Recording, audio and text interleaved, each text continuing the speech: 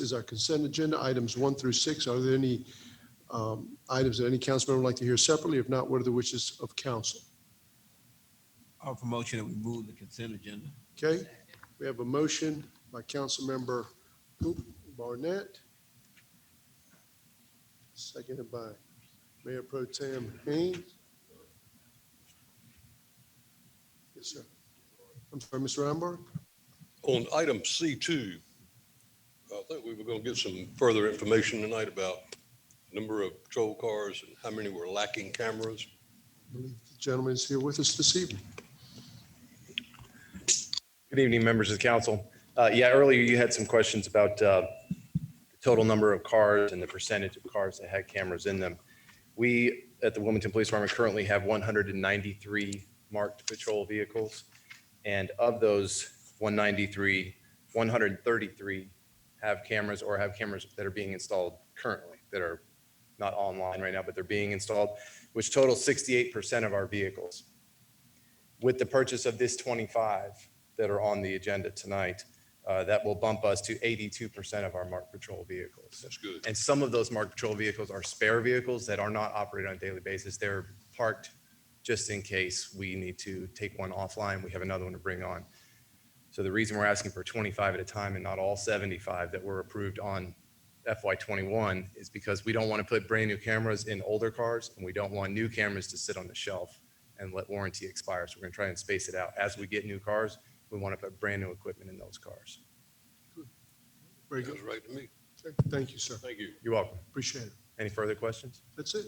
All right, thank you. Thank you. So we have a motion made by Councilman Barnett, second by Mayor Pro Tem Haynes, to accept the consent agenda. I will take a vote, a voice for it now. Mayor Pro Tem, how do you vote? Aye. Councilmember Ironmark, how do you vote? Councilmember O'Grady, how do you vote? Aye. Councilmember Anderson, how do you vote? Aye. Councilmember Barnett, how do you vote? Aye. Councilmember Spears, how do you vote? Aye. And the chair is aye. That passes unanimously. That brings us to our next item of business, which is our public information segment. We have one speaker that has signed up to speak with us this evening, Ms. Deborah Dix Maxwell, who will be speaking to us about the Civilian Review Board being prepared by the city attorney. Ms. Maxwell?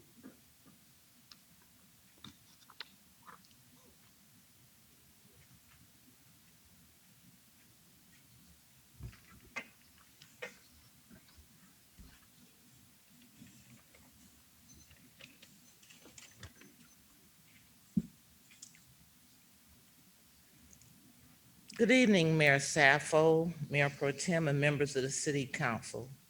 Last year was tumultuous with COVID and its restrictions. It showed so many inequities that disproportionately impacted people of color along the continuum of life. Then in the midst of this, on May 25th, 2020, in Minneapolis, a traumatic event occurred that shook the world, the killing of George Floyd. The new Hanover County NAACP, under leadership from the national office, presented to the Wilmington Police Department, New Hanover County Sheriff Department, and others, policies changes that needed to be made at that time. Among those changes was a Civilian Review Board. Chief Williams immediately made the WPD use of force policy available on the public to the website and fired 3 potential Derek Chauvins from the Wilmington Police Department. He has since instituted ABLE, Active Bystandership for law enforcement, from the Georgetown Innovative Policing Program. While thankful, he is working on improving community policing. One issue that is not in his purview is the creation of a Civilian Review Board. We were informed by the sheriff that day last year that they could not participate. So I asked the city and city county attorney today to openly and publicly state, where does the city of Wilmington stand with regards to the creation of a Civilian Review Board? Myself and the citizens of Wilmington want to know. Last year, we sent this statement, and if time allows, if you need be, I will email it back to all of you, but that was sent at that time, and the points were, first question was request a Civilian Review Board with subpoena power. 2, request review of law enforcement use of force policy. 3, review a North Carolina Open Records Act to determine if officer misconduct, information, and disciplinary histories are shielded from the public. for review of local law enforcement record of disciplining or charging officers charged with misconduct. And then we would demand with other NAACPs for a statewide review of police officers, a full funding of community-based policing initiatives, and call for the full funding of DOJ Community Relations Services. Thank you very much. Thank you, Ms. Maxwell. Mr. Joey, I know that we've been working on that, and I know that at this point in time, I believe it is in the hands of the state legislature. Yes, sir, Mr. Mayor, you are correct. Not only have we been working on it, we have worked with bill drafting. We also presented at least an outline of what we were at least proposing to the council's governance committee back in March. The governance committee reviewed it. They liked what we were putting together, and certainly there are three members here who can correct me if I'm wrong on that, but it is in the hands of the legislature. Everything that is in the internal affairs report for a citizens review board to look at is considered a personnel file under North Carolina law. Also, in this day and age, there are almost always video and audio recordings that a citizens review board, in order to do its job, would have to look at. And there are two state statutes out there that say you cannot release that to anyone outside of the supervisory chain of command. We have to have some legislative adjustment in order to have a meaningful citizens review board. I can tell you the cities around the state that do have the CRBs, they have legislation that allows them to do it. We are working on that. I also note that there is a bill in the Senate, it's currently in the Rules Committee, that is of statewide interest that goes to the same issue. That's Senate Bill 682. Very good. So, Mr. Anderson?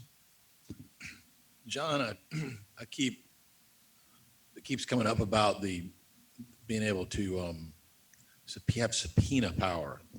Could you address that?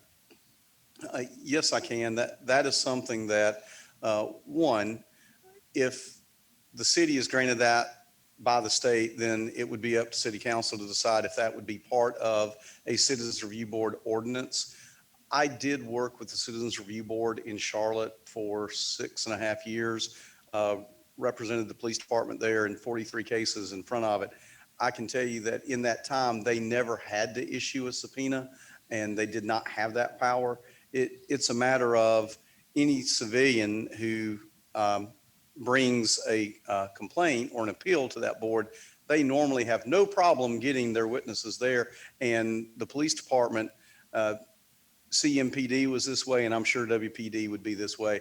They broke their back to put any witness there that anyone wanted. So it just never was an issue. I know that it's very meaningful to a lot of folks. I don't want to take anything away from that, but I would say that it's probably not the driving issue. It's just something that doesn't come up very often in the actual functioning of these boards. Do any city councils in North Carolina or committees, I mean, like, what would you call it? Citizens review boards in other communities. Do they have subpoena power? My understanding is some do and some don't. Okay. It's more of a local question. Okay, I was unaware of that. All right. So, Mr. Barnett? So where we are with ours then is that the governance? Come again, explain that. What we presented to governance was basically an outline of the procedure and the policy that would underlie an actual ordinance that we would ask council to enact.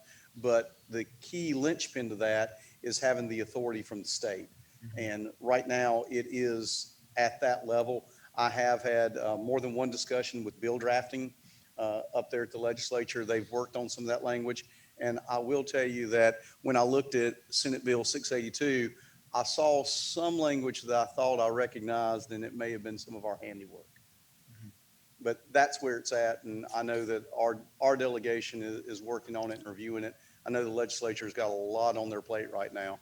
I can't speak beyond that. Thank you. Sir. Anybody else? Okay, thank you, sir. That brings us to our next item of business, which is our public hearings. We have several items, PH1A, PH1B, PH1C, and PH1D are all public hearings that pertaining to the budget. If it's okay, I'd like to take all of these and then we'll have one public hearing for all four of those items. So I'm just going to say them all and then we'll go from there. Is that okay? So I'm going to say PH1A is an ordinance making the appropriations to the general fund for the fiscal year beginning July 1, 2021.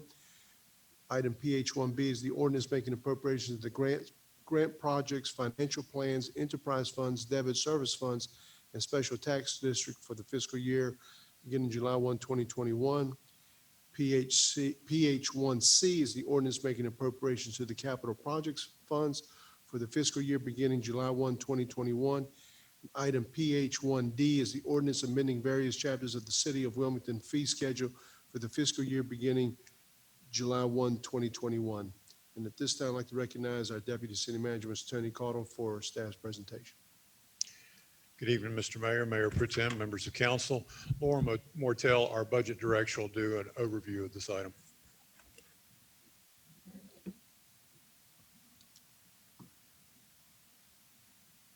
Good evening. Today, I'm just going to give you a brief overhead highlights of the FY22 recommended budget before the public hearing. As a reminder, the budget priorities.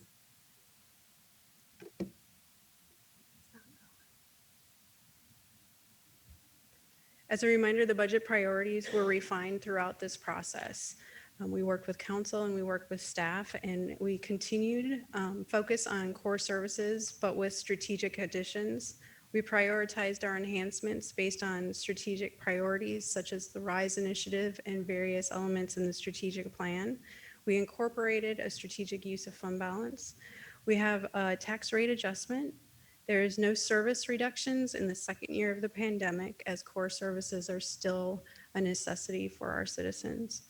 And for the most part, revenues are budgeted conservatively, but sales tax is considered moderately optimistic given our actuals that are coming in.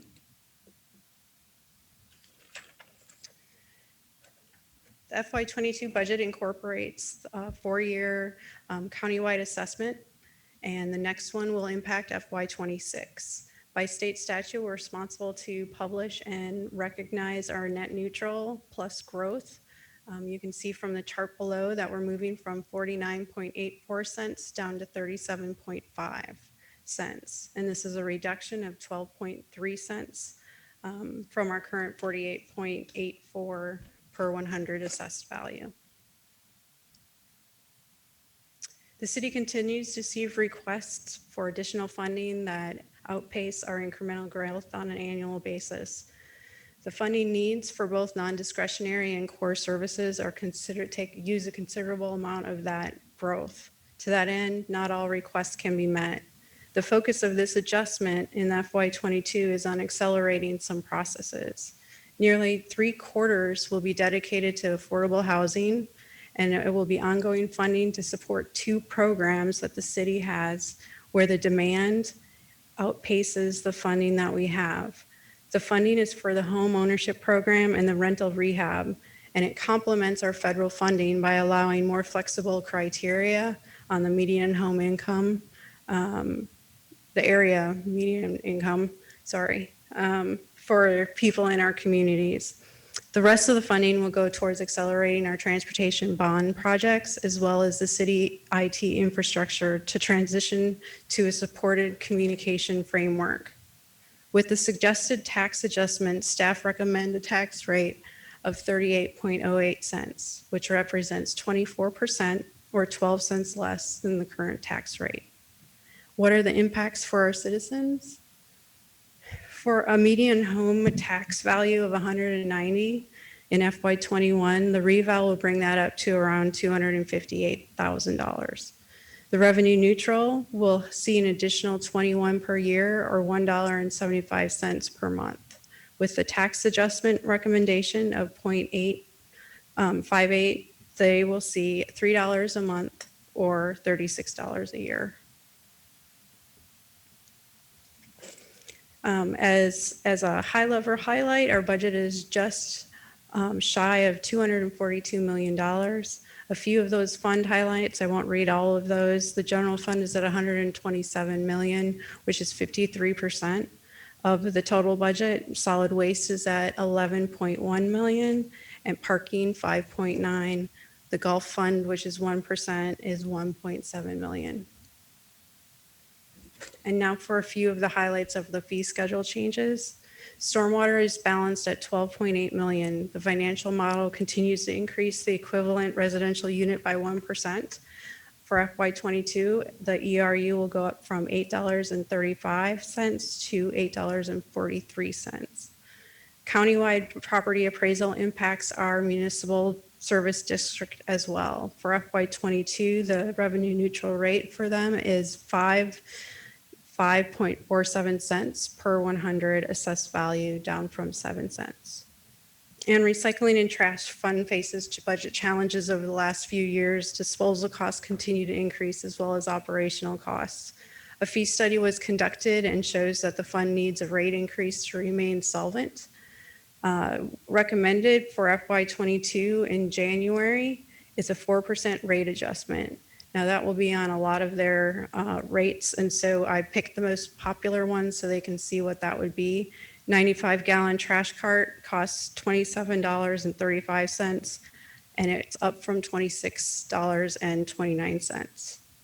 35-gallon trash cart will be $22.02 or $22.22, up from $21.36. And finally, to end, to remind you of public information and new information coming, we have the public hearing tonight. We have council feedback in March or May 28th, and we have budget adoption shortly after in June. That is it. Thank you for your time. So great. Laura, over here. I heard on the radio or TV today that the county made their proposal. It wasn't clear to me from the news whether they had passed it or it was just the first look at it. And it said there was no increase, but it sure sounded to me like there was an increase. What exactly did they do? From my understanding, there was a property tax increase of 5 cents recommended. They have not adopted their budget. That was their first look at the presentation. So that's 5 cents above what it was last year? Or Correct. That's my understanding. Okay.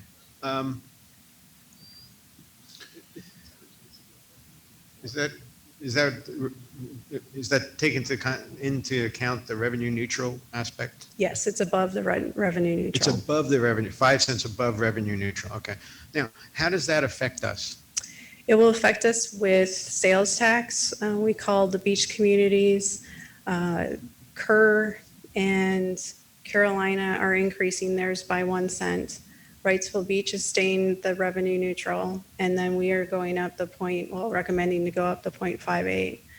We're currently looking at the distribution. If you recall, the sales tax is distributed in New Hanover County by the ad valorem and a percentage of that. I don't have the numbers in front of me, but we'll lose a little bit. My first guess was about $1 million, but we're narrowing it down to be a little more exact.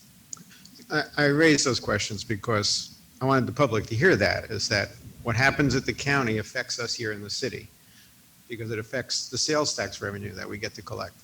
And so that we'll have to take that into consideration in setting our rates.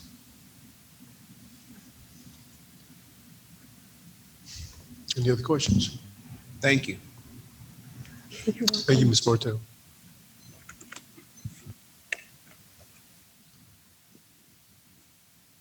This time I will open the public hearing and ask if anyone in the public wishes to speak on these 4 specific items.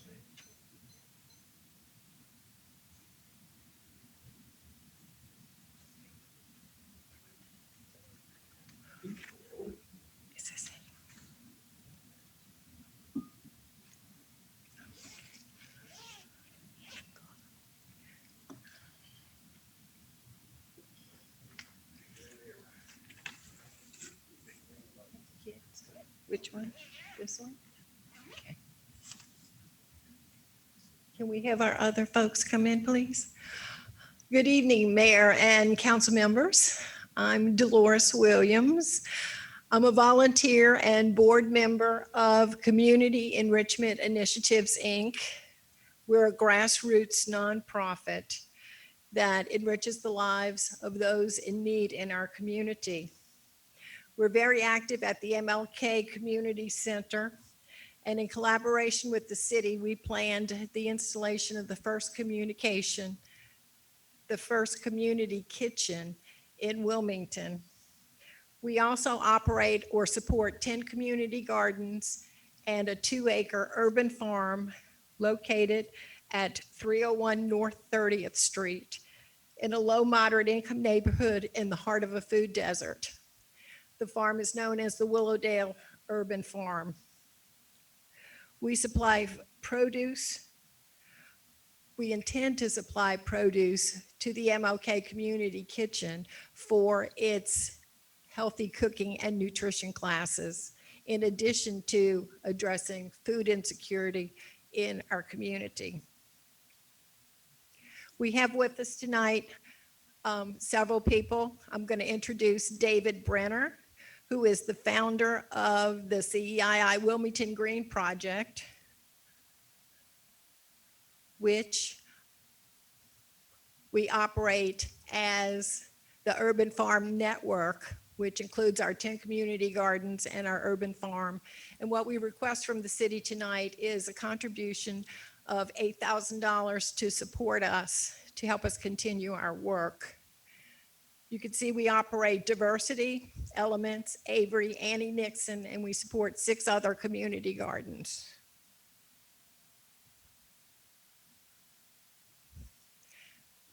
David Brenner is our volunteer urban farm manager, and like I said, the founder of Wilmington Green, and he will address the council and talk about our project. Thank you.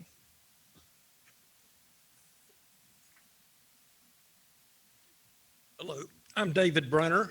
I'm glad to be here tonight, and I want to thank the mayor, the mayor pro temp, the members of the city council, or anyone here that's interested in building a stronger community here in Wilmington.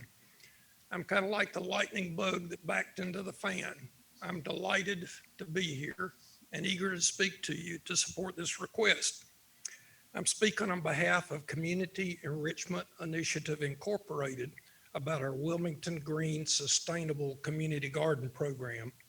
I moved here in 2007 to go into retirement and to be close to my grandchildren, but it didn't take long for my retirement plans to take a U-turn.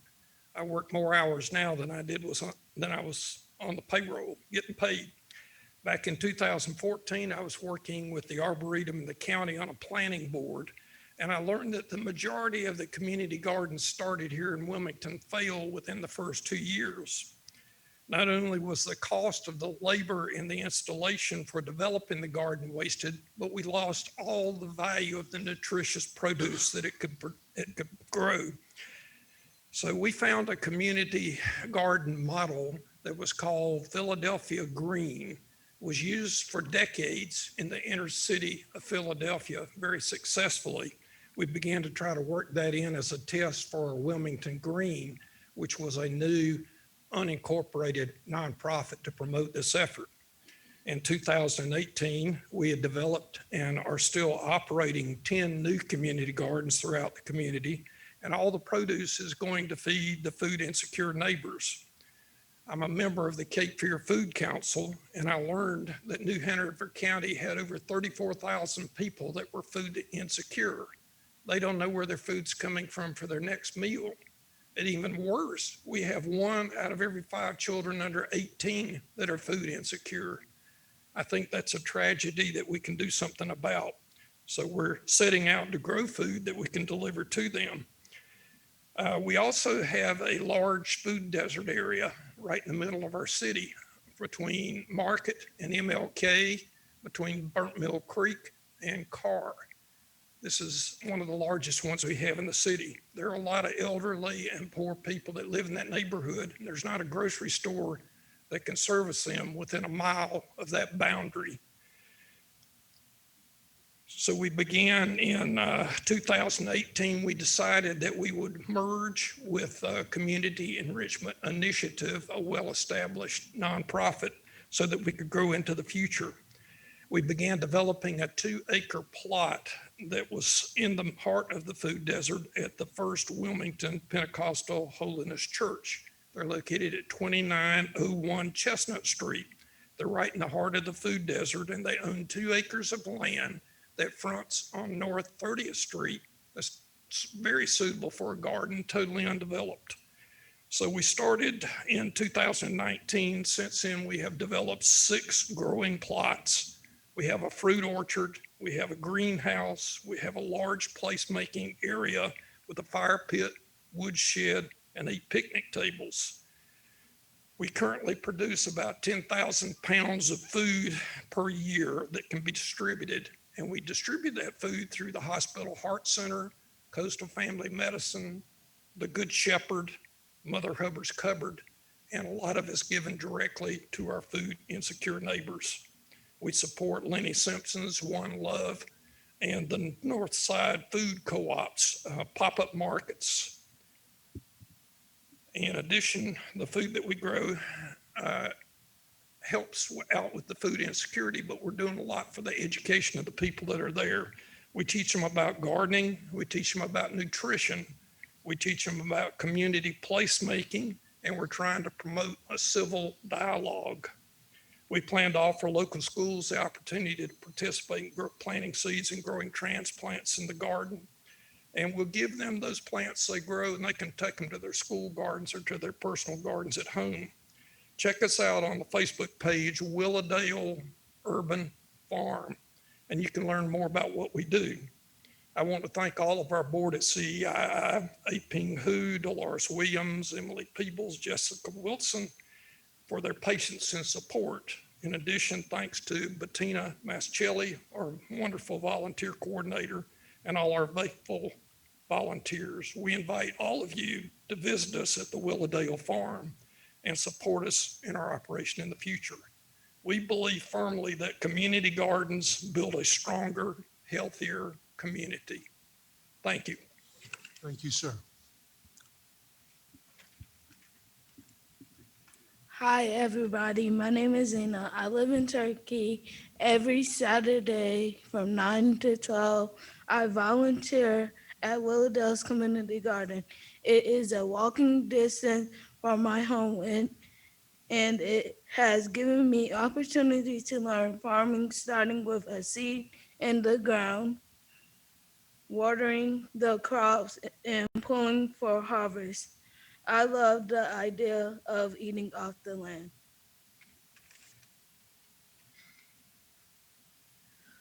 Greetings, ladies and gentlemen of the council. I'm here to tell you a little bit more about the farm and Change the Channel, an organization founded by Miss Brenda Galloway. And like Mr. David said, the garden do help us physically, but what he didn't mention was it also helps us mentally. I have autism and ADHD, which makes it harder for me to focus and meet new people. But over there, I meet new people every day and I focus more easily. And Change the Channel is basically from helping youth with stuff that wouldn't be able to do usually. Like I'm doing this and I would never have done this in my life. And as Whitney Houston once said, children are our future. So Change the Channel really speaks what Whitney Houston is saying. Thank you for having my time. I really appreciate it. Have a good night. Thank you, sir. You're welcome. Thank you, Zena and Josh. They come every Saturday. We can always count on them to be there. And they bring their friends with them. They walk from the neighborhood. It's very centrally located for them. And some of them will be working at the farm this summer and be paid by the Blue Ribbon Commission Voyage Summer Employment Program. So we hope that you can find in your heart some funds to help us continue to address food insecurity in our community. Thank you. Dolores. Dolores, we have a question here from Councilman Rodenbach. Yes. Good evening, Dolores. I got your email back today when I requested an amount. And then I went through your list and tried to ride by as many of these as I could, but it's a pretty significant list. Is the $8,000 that you're requesting, is that just at Willowdale, or is that go out to some of the other? Well, it's almost like a budget shortfall kind of thing. We've come to the realization that our funds are getting short because of the grant projects that were funded went over budget. So we had to use our regular funds to supplement those funds to complete those projects. And we're in the process of completing the irrigation at the farm, and also repairing the irrigation at 2 of the other gardens. So this is, a small amount of money that we need just to help us finish those projects and plant fully the gardens that we operate and the farm for the next few seasons. We are very frugal with our money. Well, anybody that hadn't ridden by and seen this, I mean, you just don't expect to see that in the middle of a fully developed out, built out town, but it's impressive, and I hope we can help you. Thank you so much. Dolores, thank you. Could you just kind of elaborate just a little bit about the collaboration, about the partners that you have? Because it's just not this organization. There's several organizations that are involved in this. And I had an opportunity to go out and take a look at the farm, and I was tremendously impressed with what you folks have been able to do out there, and the volunteers that you have, Yes. and the collaboration you have with the community and the neighborhood. But could you elaborate just a little bit about that? Yes, we have people from the neighborhood that come and help us on a regular basis. And we also have several church groups that come. Saturdays are very busy days at the farm. We could use a little more volunteers on Monday and Wednesday, which are my days there. So you can come help me on those days. But the churches and the schools are coming back out. Initially, of course, the schools stopped coming to the different gardens in the farm because of COVID, but they're coming back. Even got a visit from the Community Justice Services County Department about the youth in that program during their community service hours at the farm, and we hope to put that in place early this week or later this week. And funding currently comes from New Hanover Regional Medical Center, the Rotary Clubs, 2 Rotary Clubs, West Wilmington Rotary and Cape Fear Rotary. And Whole Foods has donated some funds to us as well. Our grants are usually small grants. I'm trying to think of the largest grant that we got. I think it was $5,000. Okay, very good. Yes, Mayor Pro Tem. Dolores, I'm a fan. I think you're doing great work. Your retirement has really paid off in many, many ways for the city. So congratulations to all of you for working so hard and doing something that really is valuable and is changing lives, and will certainly carry us into the future in a better way. So I hope that as a council and as a city that we will be able to fund your request. I believe we probably will. So thank you so much for all you're doing to both of you and everybody that's a volunteer. Thank you. It's a definite team effort. Councilmember Barnett. I too am a fan, and I want to thank you, and I want to especially congratulate the youth who you've brought with you, and especially the young man who with autism and did his speech. You did an awesome job. The girl was kind of okay, but the young man were great. You guys did a great job. Thank you so much. We appreciate you. And keep volunteering. That's the key. Keep volunteering. And I just learned that Josh plays the saxophone, and he's going to be playing on Saturdays at the farm. Wow. All right. Thank you. Thank you much. I suggest it'd be wonderful. We had a full orchestra there. We're working on it. I'll share one little vignette. I volunteer over at the school close to our diversity garden next to the sportsman club. It's right behind our famous Williston School. I was giving lessons last year before the COVID struck to the 6th grade group. And I was talking about field peas, which they were less interested in than you can believe. But I had a little surprise. I'd cooked field peas and snaps for them. So we finished the little 10-minute lecture. I pulled out field peas and snaps. They all ate them. And as I was leaving the room, the teacher said, "Would you like more?" And every hand went up. And I said, "I love it." So it's a big encouragement, because sometimes you don't get a lot of encouragement out there, but that was one. Thank you so much. Thank you very much, everybody. Appreciate y'all coming down here tonight. Thank you. Thank you.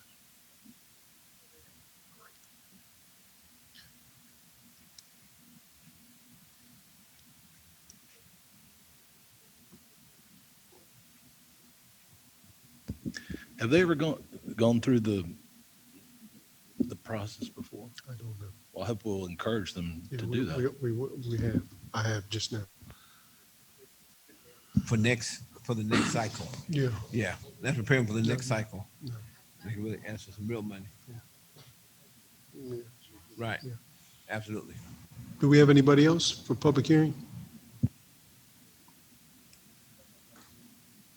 Nobody else? Madam Clerk, have we received any comments from your office? Okay. So no action will be taken at this time, as this was a public hearing only. So we will move on to our next item of business.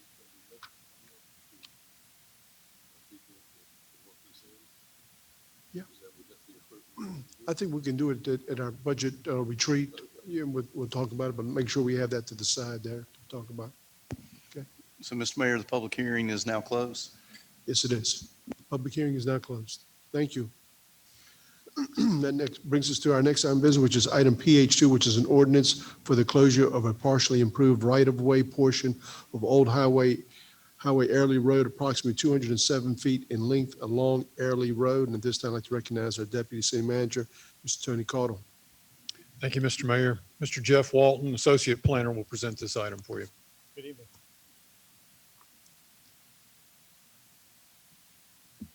So I had a big speech planned, but, so staff, the applicant and the city attorney have all been discussing this project prior to this meeting tonight. There's been a discrepancy raised on who owns this triangle piece of property. If it's an actual piece of property, is it considered right of way? So in discussion with the applicant and staff, we respectfully asked for a continuance to the June 15th meeting, I believe, so that we can discuss if that is an issue in this closure process tonight. Is that where the sign is for Airlie Gardens? Is it in that I'm not- triangle? I'm not sure. I don't know. Okay. It's very close to there. Excuse me? It's very close to there. And Mr. Mayor, as I told Councilmember Rivenbark, I needed to make a correction. Yesterday, he asked who would get the other side of this if it was abandoned. And I told him that I believed it was NCDOT that had Wrightsville Avenue. I don't know why my mind was on Wrightsville Avenue. This is Airlie.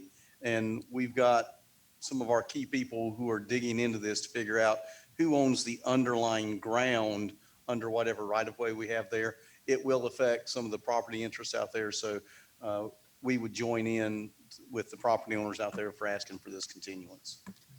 Very good.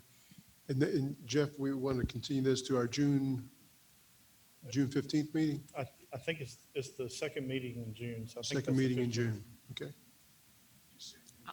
June 15th, okay? Want a motion? Yeah, so we need a motion to continue this item to June 15th. I move that we continue this item until the date certain of June 15th. Yeah, we have a motion by Mayor Pro Tem Haynes, second by Councilmember Rivenbark. Continue this item. Mayor Pro Tem, how do you vote? Aye. How do you vote, Councilmember Rivenbark?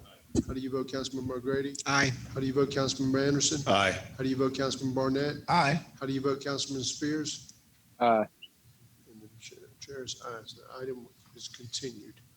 That brings us to our next item of business, which is item PH3, which is an ordinance directing the housing inspector to vacate, close, and repair or demolish a dwelling at 903 Walnut Street as unfit for human habitation pursuant to Article 5, Chapter 16 of the City Code, and directing that a notice be placed thereon prohibiting its use or occupancy. At this time, I'd like to recognize Deputy City Manager Tony Caudle. Mr. Caudle.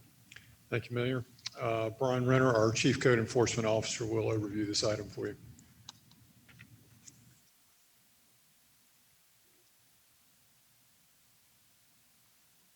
Great. Good evening, Mayor, Mayor Pro Tem, City Council. I'm Brian Renner. I'm the Chief Code Enforcement Officer with Community Services Code Enforcement. The property we're looking at today is 903 Walnut Street. It's brought before City Council as prescribed under Section 16-232, subsection D of the City Code of Ordinances. This property is a 1,015 square foot single-family dwelling. The owners are the heirs of Penny Marie Green Harris McCoy and all lawful heirs of Paul McCoy Sr. And that's an aerial of the property there. This is the street view. So the initial inspection on this property was conducted on August 18th, 2020, from an anonymous complaint. This is a single family residence. It is vacant, but it is occasionally occupied by a family member, but he does not live there and he has an alternate address. We've seen people coming and going from this property. We do currently have it secured, but we definitely want the authority to maintain that. The Administrative Housing Code hearing was on October 22nd, 2020, and the findings of fact expired on April 29th, 2021, and you should have a copy of that, which outlines the minimum housing code violations.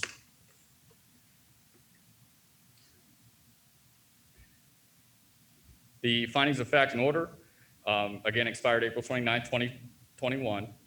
The 2020 tax value of the structure is $28,000. Our estimated cost to rehab is $46,607, which makes it 166% dilapidated. The minimum housing code violations, again, are outlined within the findings of fact, primarily section 16-229, residential buildings unfit for human habitation, and all the other ones you see listed there. And we'll look at some of the photos of the property, just so you can understand the way it looks front and side, going around the back, and then coming around the other side. There are multiple holes in the roof. And now going into the interior, you see the door is actually broken. The door was open to the public on our last inspection. We have since secured that. And here's pictures of the interior. You'll just see extensive water damage, water intrusion. And here's the indication that someone's been coming and going.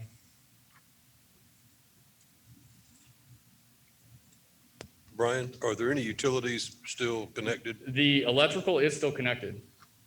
You'll see in one of these photos that there is an interior light on. I'm surprised it hasn't burned down yet, to be honest. There is on the photo on the left, you'll see the refrigerator is actually through the floor.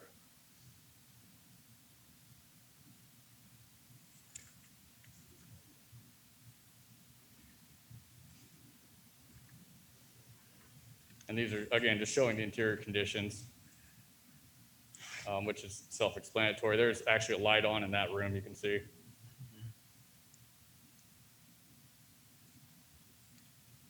So the reason we're here is we're looking to move forward with this as the dwelling has been determined to be dilapidated, again, based on the 2020 tax value. We have had contact with one of the heirs. He did attend our housing code hearing. I don't believe he's here this evening. Our most recent inspection found that the property continues to be occupied and nothing has been done to resolve this issue. The county, as far as we know, is not in tax foreclosure, though there are approximately, I think about $8,000 due. It looks like $7,800 last I checked, city and county taxes owed. So as the dwelling continues to be visited and utilized, we are requesting 10 days to provide us the authority to keep it secure. We are also requesting that the heirs repair or demolish the dwelling within 90 days, given the extent of dilapidation and decay. And due to the continued unsanitary and unsafe conditions that endanger the health, safety, and general welfare of the community, and the failure of the heirs to make the necessary repairs, staff recommends approval of this order to vacate, close, and repair or demolish. And I'm here for any questions you might have. Any questions, staff? I had a question, Mr. Mayor. Yes, sir, Ms. Spears. Brian, are we able to, and I know this may sound a little outlandish, are we able to identify how many heirs are actually entitled to the property? Yeah, Councilman, if you have a copy of the findings of fact in order, you'll see there are about 17 separate people I attempted to locate prior to the hearing. And this is just what we weeded out on the findings of fact post-hearing when we spoke with the heir that attended. Okay, I He see that. verified- I see that. Yeah, and he verified most of those addresses were valid and actually provided us some phone numbers, but we were not able to get in touch with anyone else. Okay, thank you. I overlooked that. I was. Sure, Mr. Barnett? Yeah, and I agree, we've got to get rid of this. But I think one thing just I'm learning is that oftentimes when people leave property to heirs, it can get really complicated.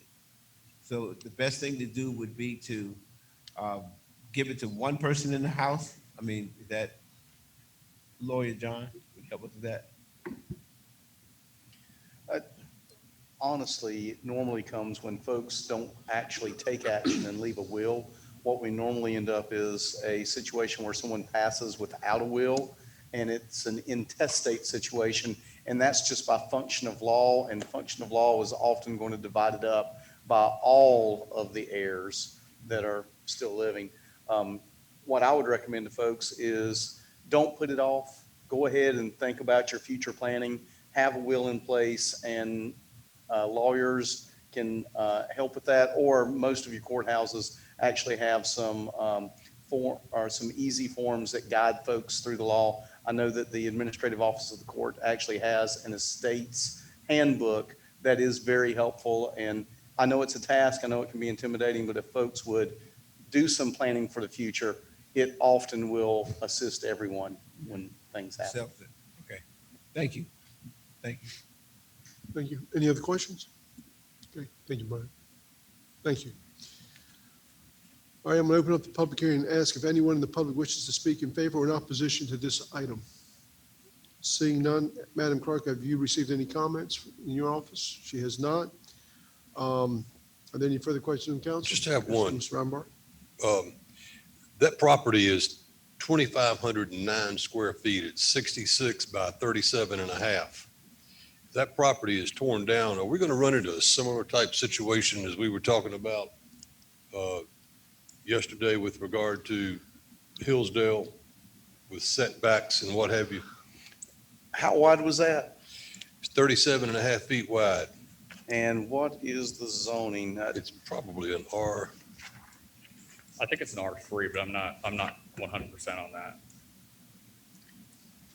At R3, it might be a more narrow house, but I do not think we'll get into a unbuildable situation.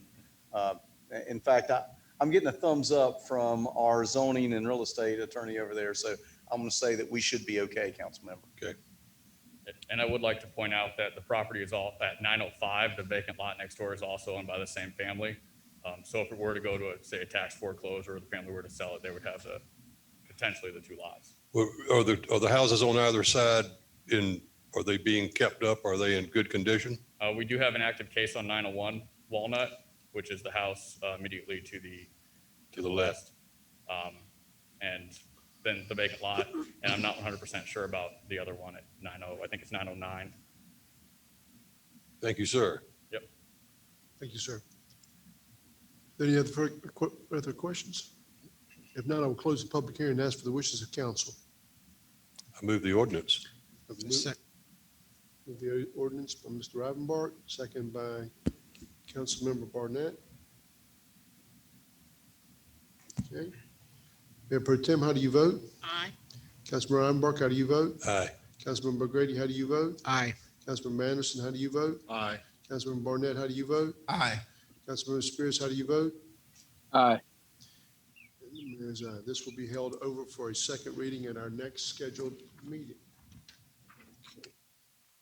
Brings us to our next item of business, which is item PH4, and staff is requesting that this item be continued to council's November 16, 2021 meeting, which is an ordinance directing the housing inspector to vacate, close, and repair or demolish a dwelling at 1009 Chestnut Street is unfit for human habitation pursuant to Article 5, Chapter 16 of the City Code, and directing that a notice be placed thereon prohibiting its use or occupancy. This time I'd like to recognize our Deputy City Manager, Mr. Tony Cottle. Mr. Cottle? Thank you, Mr. Mayor. As you noted, this item will be requested for continuance. We have Brian Renner available to answer questions. Yes, sir. I just have one. I noticed in going through the pictures, there are a couple of things, like a pair of work gloves were laying on a sawhorse, and it looked like there was some evidence that something had been going on, or what is are they trying- There had been work off and on as an attempt to repair the property, but as you saw with the photos, it was pretty far gone. And the owner could speak more to the history of why it's like that. But we have thankfully been able to partner with the county and the state to find funding through this repair that the homeowners applied for, which is why we're requesting the continuance, so the home can be rebuilt or repaired. Thank you, sir. Thank you. Thank you. That's good. Okay, so we'll continue this item till November 16, 2021. Do I have a motion to accept that? So moved. Okay, Second. Councilman Barnett has made the motion, second by Councilmember O'Grady. Okay. Mayor Pro Tem, how do you vote? Aye. Councilman Reinbark, how do you vote? Aye. Councilmember O'Grady, how do you vote? Aye. Councilmember Anderson, how do you vote? Aye. Councilmember Barnett, how do you vote? Aye. Councilmember Spears, how do you vote? Aye. Chairs, aye. Item is continued. Mr. Mayor, and just on that item, it was good to hear Brian say that we were finding some monies to help that person fix his house. I think that's important for citizens to know. We're not just trying to buy people's homes and stuff like that. We're trying to find ways to help them to stay in their homes. And so I commend that. Thank you. For that. That brings us to our next item of business, which is ordinance directing the housing inspector to vacate, close, repair, and demolish the dwelling. Wait a minute. I'm sorry. Sorry. Ordinances. 01 is an ordinance amending the official zoning map of the city of Wilmington adopted March 27, 1984 to rezone property located at 1221 Castle Street from R3 Central City Residential District to UMX Urban Mixed Use District. This is being heard on a second reading. At this time, I'd like to recognize our Deputy City Manager, Mr. Tony Cottle. Mr. Cottle. Thank you, Mr. Mayor. As a second reading, we do not have a staff presentation available for you, but we do have Mr. Walton available for questions and answers if you so desire. Okay, very good. Are there any further questions from council? My question from the last meeting still remains. Do they know what they want to do with the property? All right. It's just a straight up rezoning. Mr. Walton? Just to remind you, this is a straight rezoning, and we don't have a site plan submitted that expresses what the applicant is desiring. They're only looking for the straight rezoning. Okay. You have a question? Yes, sir, Mr. Barnett. Yeah, so with the straight rezoning, they don't have to declare what they're going to do with the property yet. That's correct. There are two processes we have. One's a general rezoning, which this is going through. So there's no site plan, there's no conditions. It's going from the R3 zone to the UMX zone with no site plan, no conditions. The other route would be a conditional district rezoning route where you see a site plan, you see what they intend to do with certain restrictions. That's another process that they were offered, but they elected to go through the straight rezoning process instead. Okay. So if they, let's just say, suppose they come back and say, I want to build a strip club. Yeah. Whatever's allowed in There's a UMX, they can do. It- Okay. It's whatever is allowed in the UMAX, sir. Okay. All right. Thank you. Thank you. Any other questions? Okay. Thank you, Mayor. City Clerk, have we received any additional comments? Okay.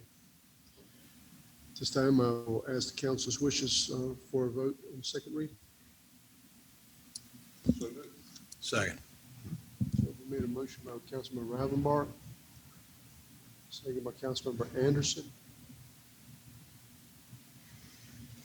So we'll take it from the bottom. This time I says, I'm going to vote In the affirmative, yes. Councilmember Spears, how do you vote?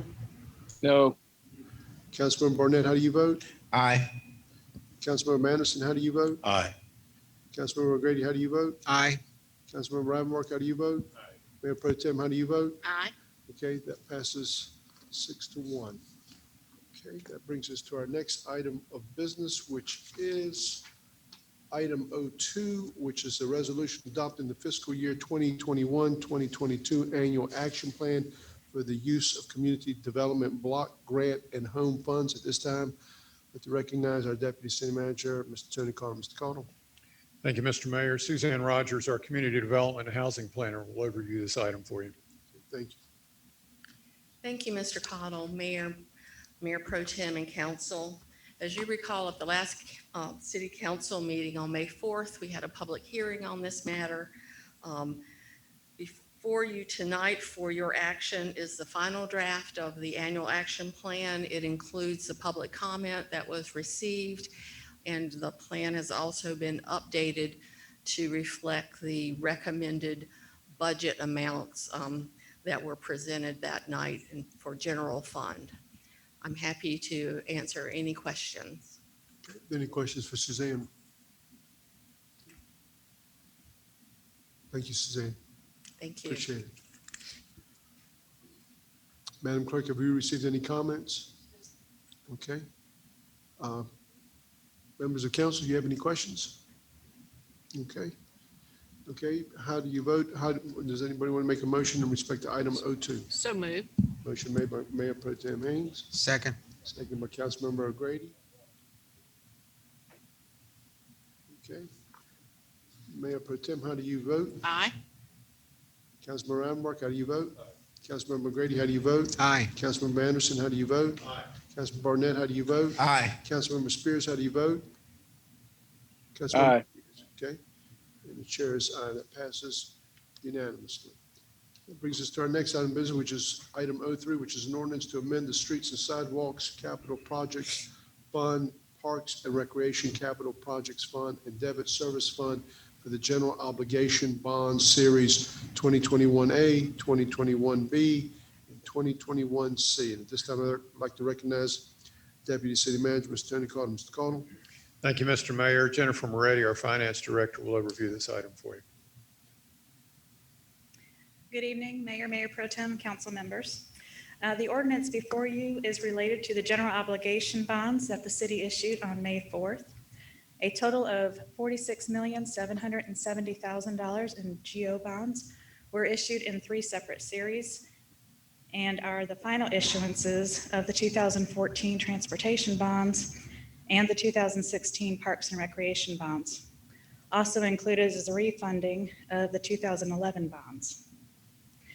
The city did receive very favorable rates on our Series A tax exempt bonds at 32.9 million. The true interest cost was 1.54%. On our Series B, which is a taxable bond for 10 million, the rate was 0.59%. And Series C is a refunding bond for 3.7 million, and the rate was 0.77%. The smaller amounts had a smaller structure, so that's why the rates are lower there. The city also received $4.9 million in premiums, which will cover the cost of the issuance, as well as the net amount being added to the contingency of the remaining transportation bonds, and a small amount of that being allocated to the parks bonds and the contingency to cover any projects that do come over current budget amounts. The city will benefit from a net present value savings of $746,970 over the life of the bonds from the refunding of the 2011 bonds, which represents a 16.24% savings of principal. Staff recommends the passage of this ordinance to record the results of the general obligation bond issuance, and I'll answer any questions. Are there any questions for staff? Mr. O'Grady? So this is basically a cleanup of all the balances on projects. If there's excess money, we're appropriating it to the other projects, and if there were shortfalls, we're finding the money through the new funding. With the general obligation bonds on the tax exempt series, because of the market and the rates being so favorable, we did receive premium of that. We had two choices. We could have reduced the amount of the issuance for that, or took advantage of the low interest rates, and knowing that we do have some transportation bond projects that are coming in over budget, use those funds and receive the premium to allocate towards those overages. So we did choose to take the additional proceeds to issue towards those projects. So with respect to the budget on the remaining projects, how close are we to having sufficient funds?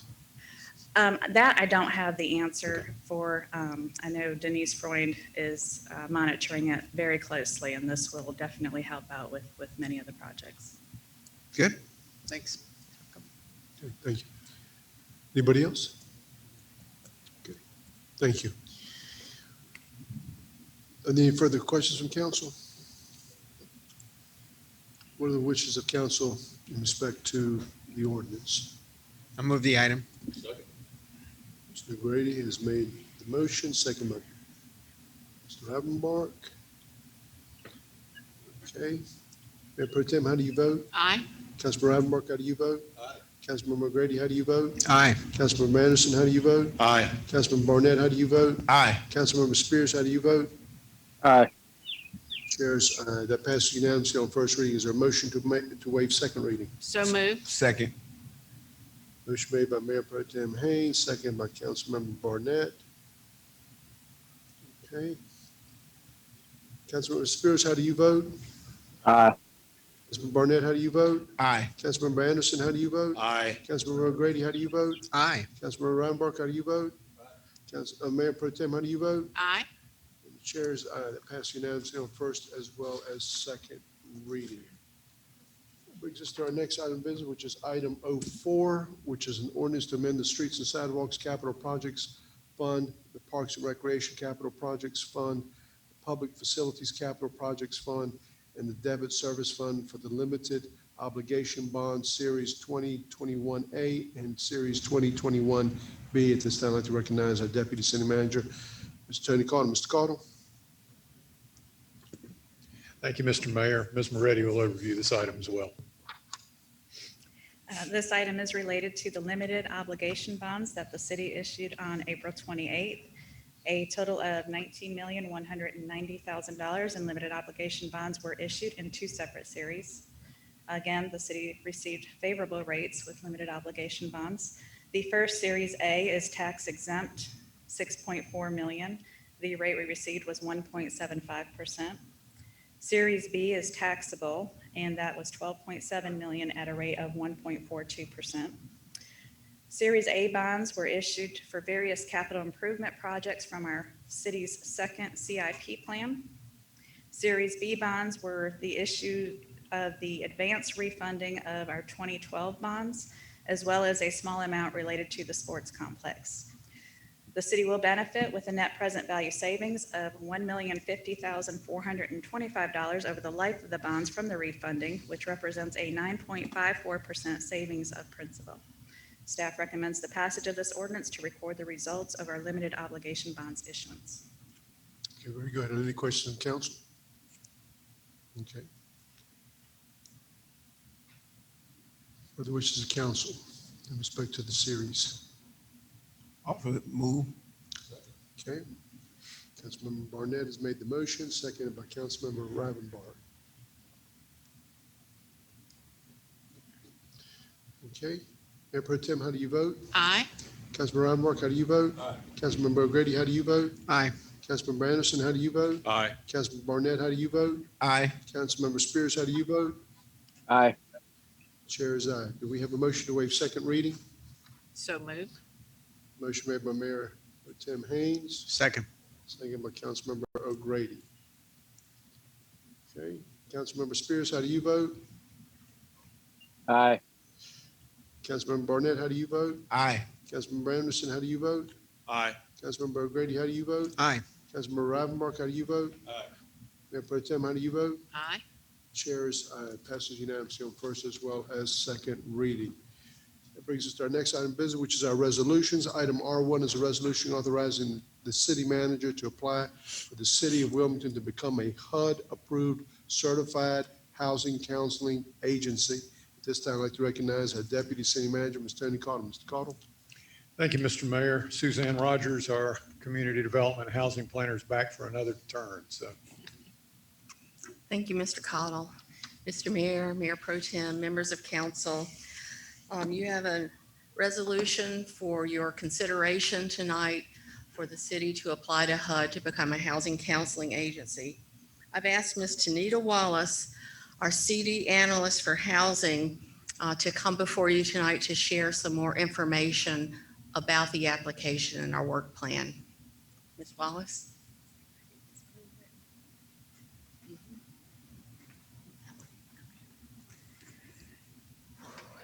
Good evening, Mayor Saffo, Mayor Pro Tem Haynes, City Council members, City Manager Cheatham. Thank you for the opportunity to present to you tonight regarding the resolution to allow the city to become a HUD certified counseling agency.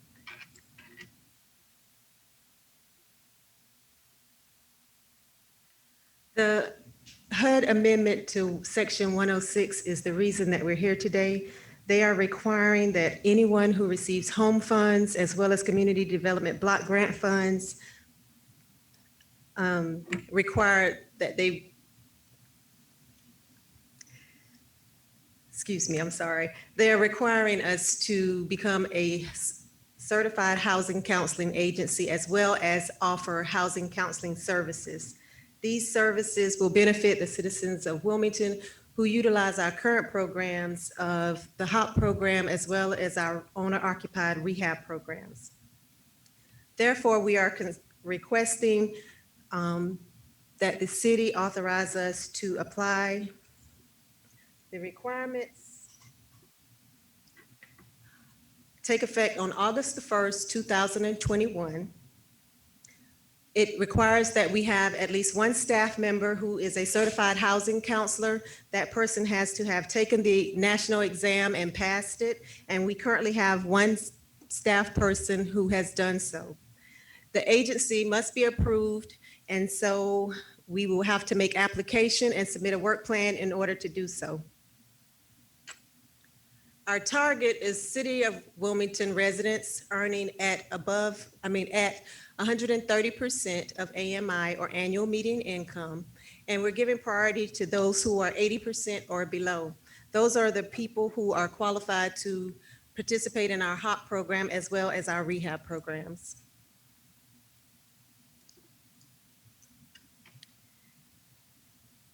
The services that we will offer include the pre-purchase home buying education, which we currently offer through HOP, as well as the housing counseling.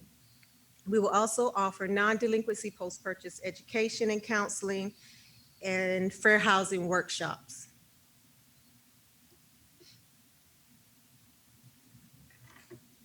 Our current opportunities are to partner additionally with the banks that we partner with, which are First Citizens, BB&T, now Truist, as well as Corning Credit Union. It will additionally offer us to partner with North Carolina Housing Finance Agency through their Community Partners Loan Pool program. That program offers up to $30,000 in down payment assistance, and citizens would be eligible to participate and acquire homes in any area that they wanted to, including the 3-county region. Additionally, we will be supported by grants that will be made available through HUD and local intermediaries. So there would be no city funds required at this time. Our future opportunities are to assist more home buyers as well as homeowners through rental assistance and foreclosure prevention. Those are programs that we could add at a later date. I thank you for the opportunity to speak to you today. Do you have any questions? We have any questions, staff? Yeah, I just got Mr. one real Barnett? fast. You mentioned that we only have one person who's passed the exam. Yes, sir. Okay, so what would happen if that person decides not to work here anymore or something? We're going to have a contingency plan as well as we hope to hire some additional staff through the grant funds that we receive. So is anyone else taking the exam? I guess that's the question I'm asking too. Not yet. All right, thank you. Anybody else? I just want to express my excitement for this. I think it's great where we found an opportunity to expand what we do in the housing aspect of city business, and I look forward to the positive outcome. Thank you. Very good. Thank you. It's a good thing. Okay. What are the wishes of council in respect to the resolution? Offer motion that we, I second. resolution.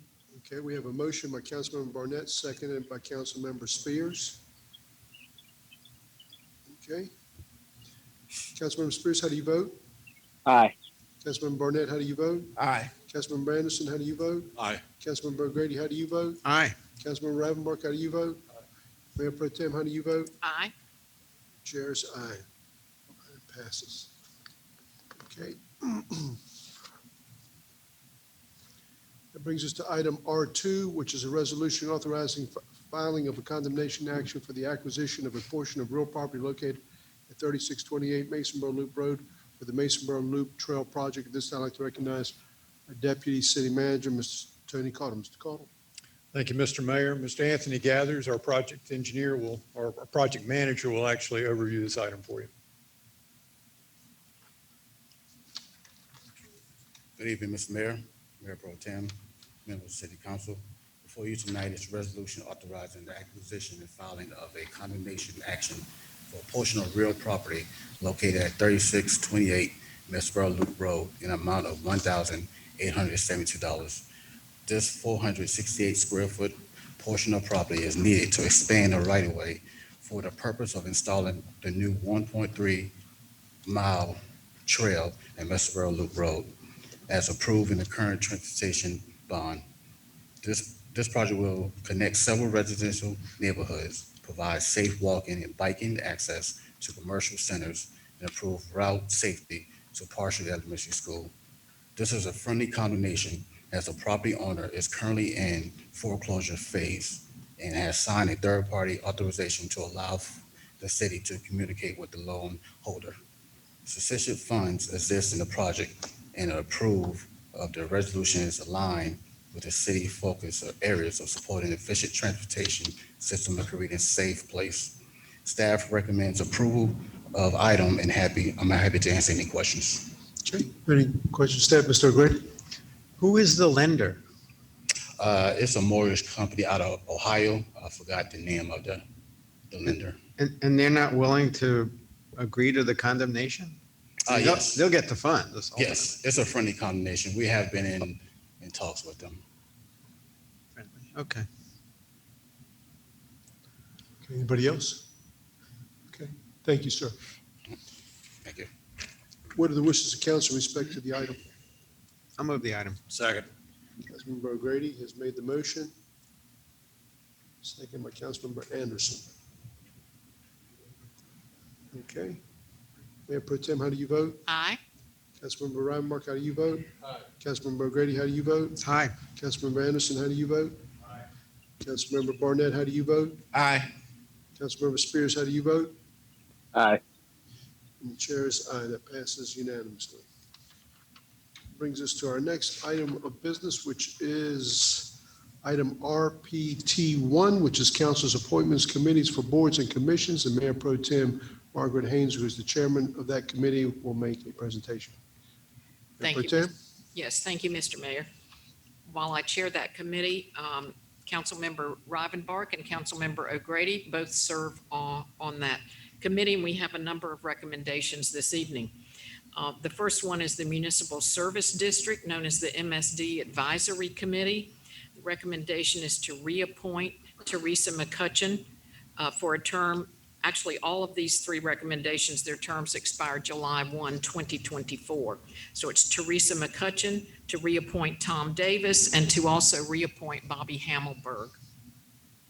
The second recommendation is the Wilmington, New Hanover County Commission for Women. The recommendations are to reappoint Kimberly Spader and also reappoint Catherine Wandling. Terms have not been set for that, and we will do that at our next meeting. The third recommendation is the Downtown Parking Advisory Committee. The recommendation is to reappoint Lynn Sylvia for a term to expire 5/16/2024. She is the representative from Cape Fear Community College. The next recommendation is for the Parks and Recreation Advisory Board. The recommendation is to appoint Gabriella D'Souza for a term that expires November 7th, 2021. Next is the Thalian Hall Center for the Performing Arts, Inc., for the Board of Trustees.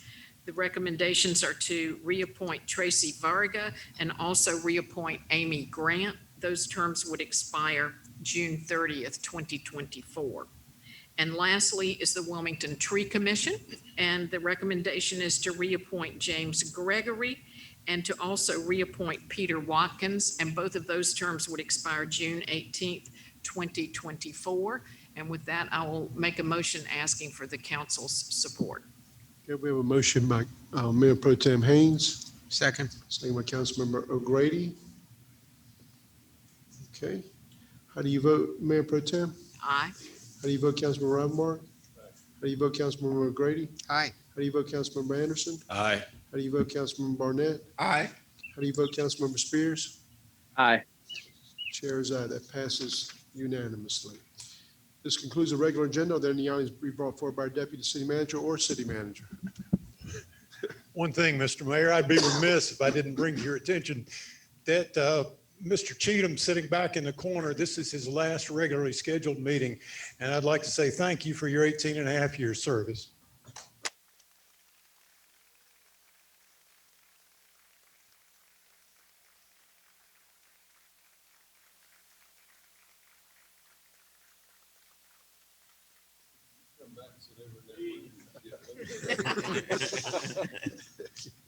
There are any items to be brought forward by our city attorney? No items, Mr. Mayor.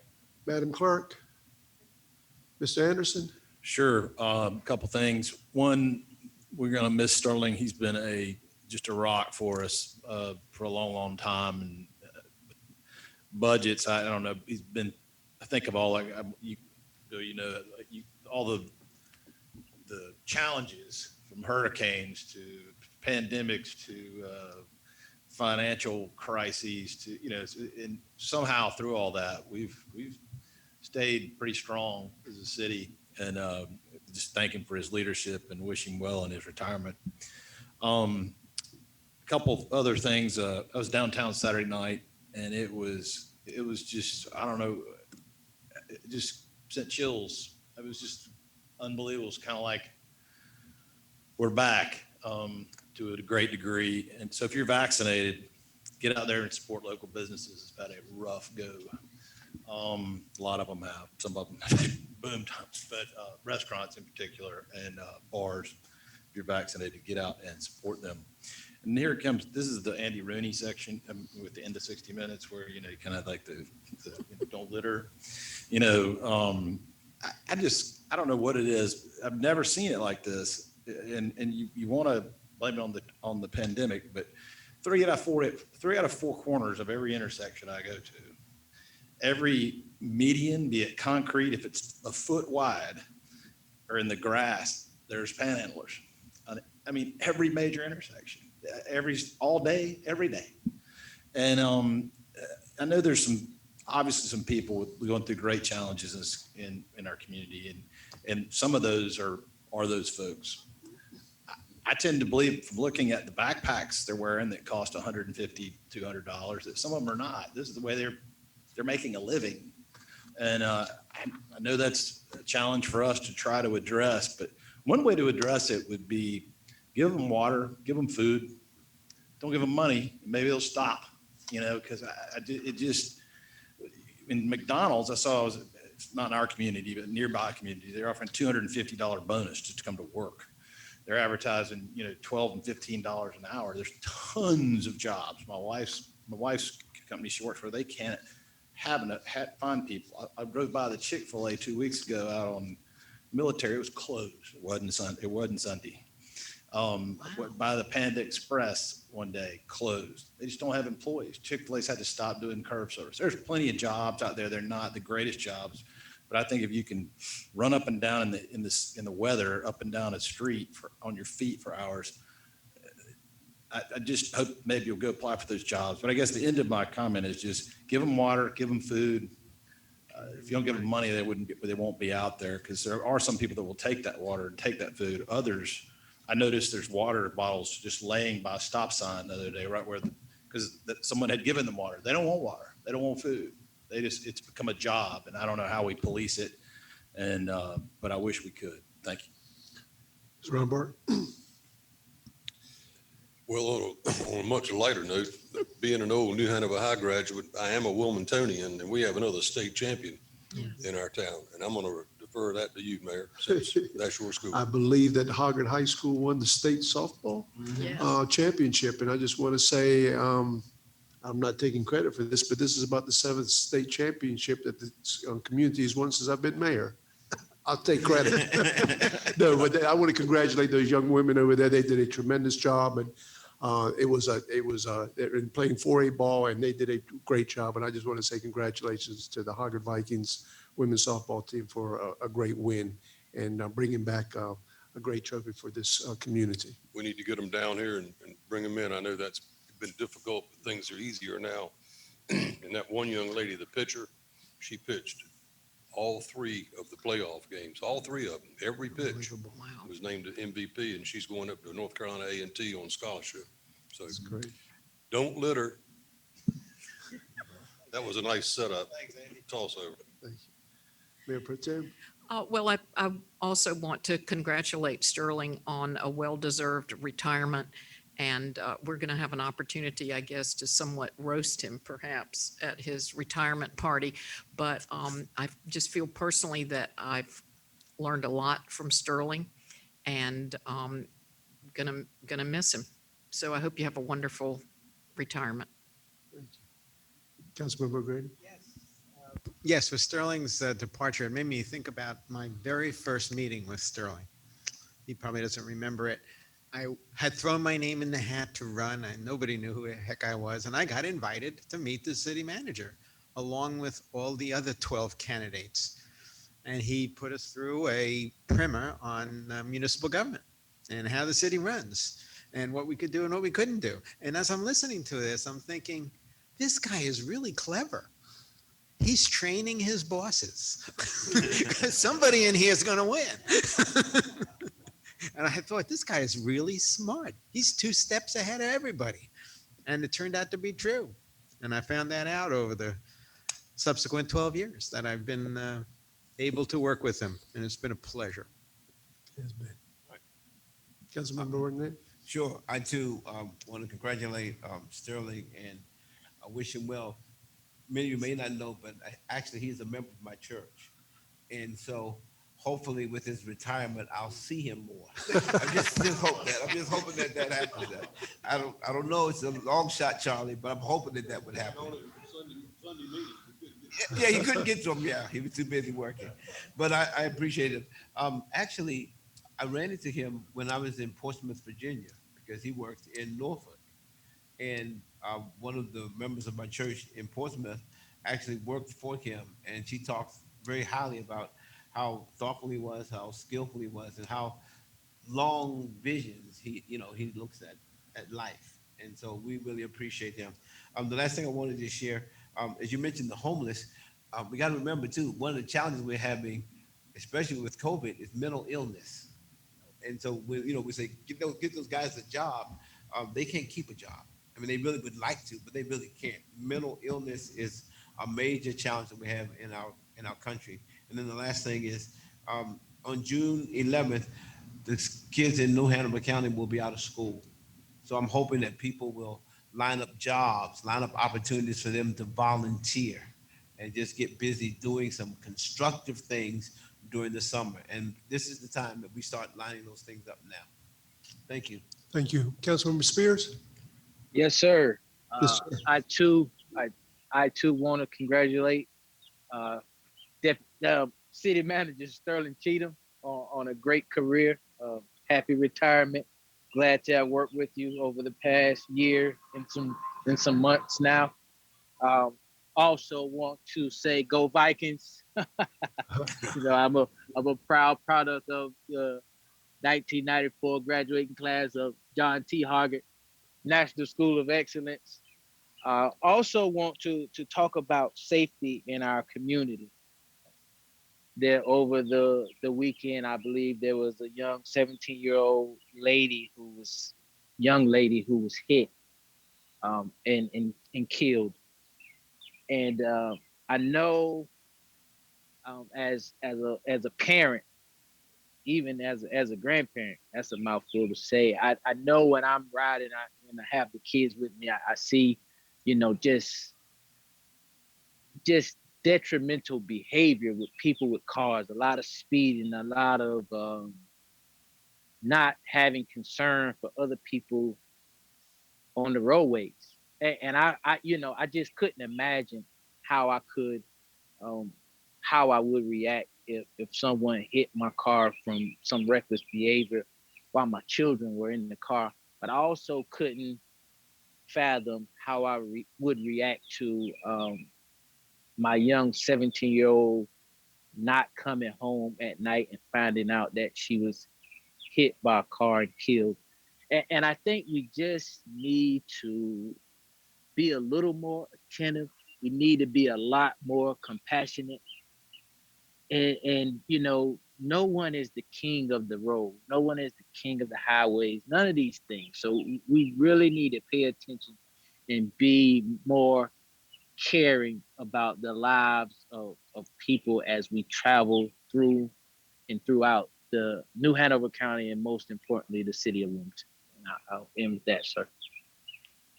Thank you, Councilmember Spears. And I also would like to just say it's a bittersweet moment for me because me and Sterling have been here about the same length of time. And he's sitting behind us right now. And that's where he's always kind of been. He's always been supporting us and taking care of us and making certain that he's implementing the policies that we have set forth as a council, voted on by the citizens of this community.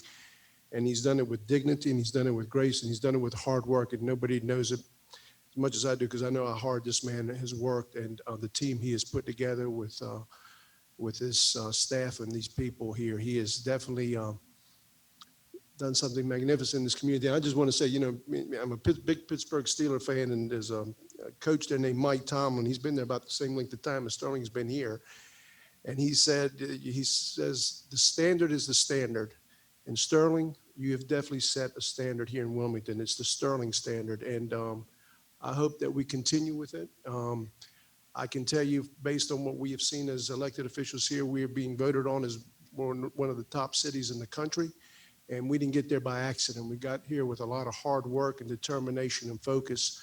And I also want to personally thank you because you talked me out of some crazy ideas sometimes. and I needed a rational person to reel me in and kind of say, hey, but he did it in a nice way. But you've set a great standard in this community and something we should all be very proud of. And I'm very proud to have worked with you all these years. And we are greatly going to miss you. I know you're going to be around here, but you've done a hell of a job. And this community is indebted to you for many years to come for the work you've done here. And I just want to say thank you on behalf of all of the citizens of Wilmington for your outstanding public service to this great community of Wilmington, North Carolina. With that, thank you for taking an interest in your government. We stand adjourned.